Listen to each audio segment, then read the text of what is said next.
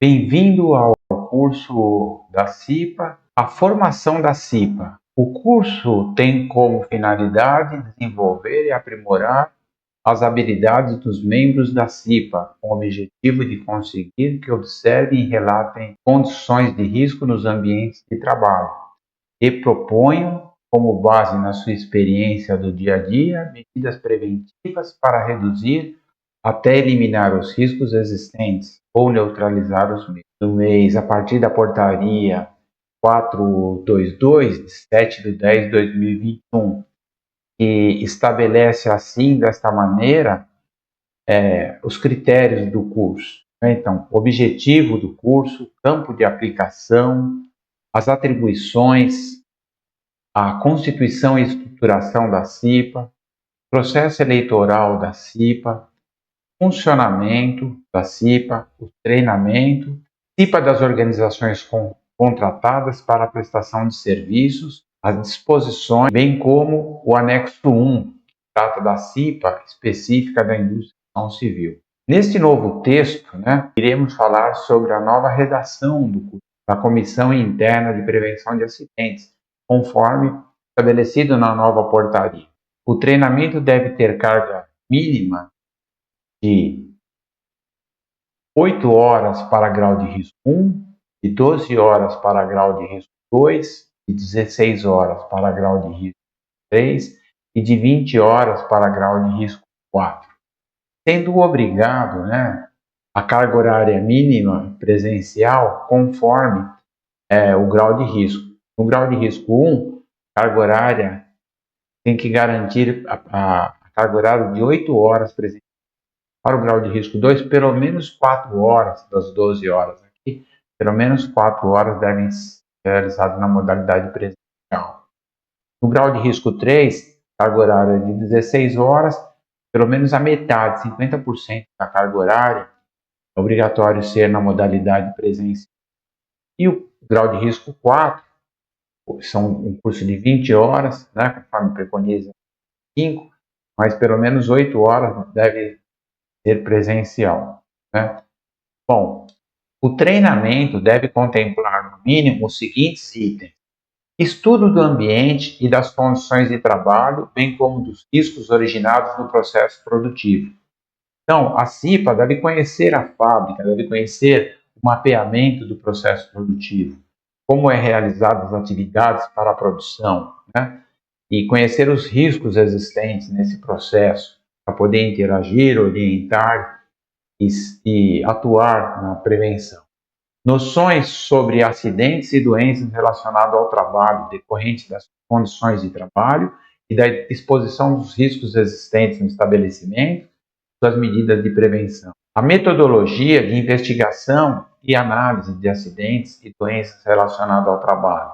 Então, a metodologia pode ser utilizada no 5Q, pode-se utilizar o Ishikawa, que é o diagrama de causa e efeito, pode ser utilizado árvore de causa, E depois aqui a gente tem os princípios gerais de higiene do trabalho e medidas de prevenção dos riscos.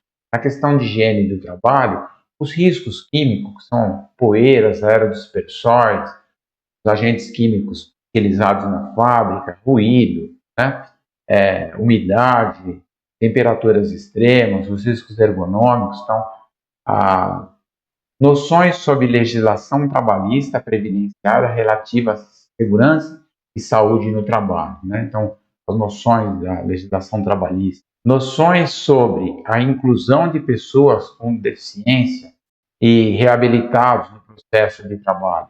Então, muitas vezes, aquele funcionário que se acidentou, ele retorna para fazer uma reabilitação. É importante essa noção de poder colocar aquele funcionário numa atividade, para que ele seja reabilitado, para que ele recupere e que não comprometa aquela lesão originada de um acidente ocorrido. No conteúdo também deve contemplar a organização da CIPA e outros assuntos necessários ao exercício das atribuições da Comissão Interna de Prevenção de Acidentes. Aqui nós vamos falar sobre o dimensionamento da CIPA. O novo texto da NR5, ela traz o dimensionamento, Mas vale ressaltar que desde o ano de 1999 para cá, completam 22 anos, né, antes da mudança. Passamos a ter um grupo de risco. Antes eram utilizados 35 grupos, né? Você olhava na NR5, tinha lá o código de atividade, a atividade econômica das empresas, aí você tinha que localizar a atividade econômica, e volta e meia dava uma confusão no enquadramento, né?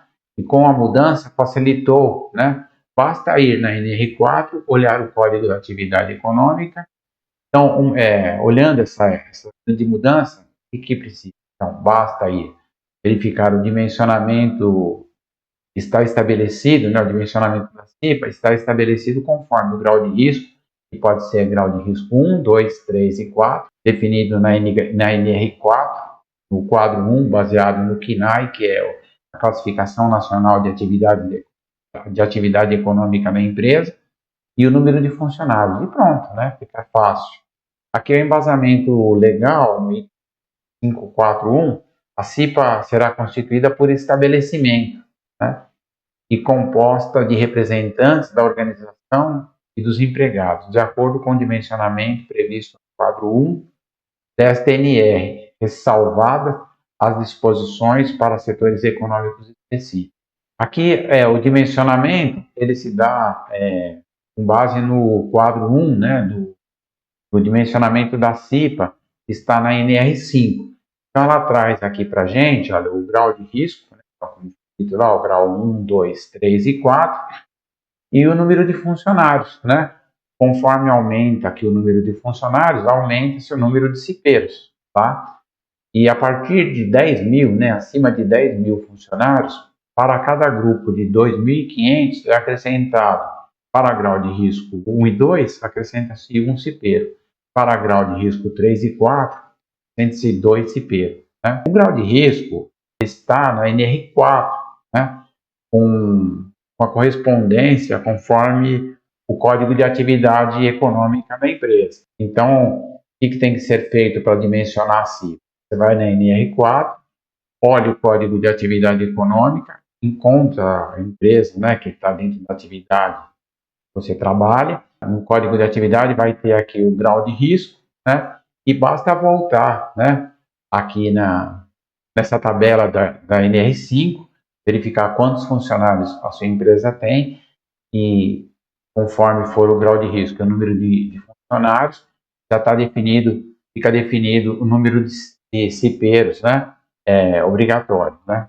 Das atribuições da CIPA, né, ela tem acompanhar o processo de identificação de perigos e avaliação de riscos, bem como a adoção de medidas de prevenção implementadas pela organização. Né? Então, acompanhar esse processo de identificação, né? Avaliar os riscos e adotar as medidas implementadas pela organização.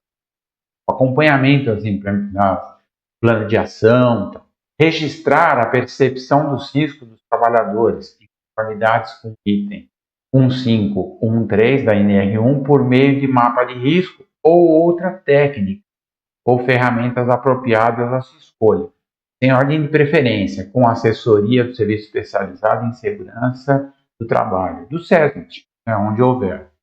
Então, o que diz aqui, o mapa de risco precisa ser através do mapa de risco? Não obrigatoriamente.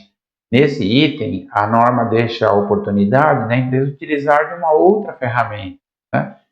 E desde que ela consiga registrar a percepção dos riscos dos locais de trabalho. Verificar os ambientes e as condições de trabalho, visando identificar situações que possam trazer riscos para a segurança e saúde dos trabalhadores. Elaborar e acompanhar o plano de trabalho, que permite ação preventiva em segurança e saúde do trabalho. A CIPA, ela tem que ter um plano de trabalho, né? Ela tem algumas atribuições que são passadas para a CIPA. Inspeções periódicas, né?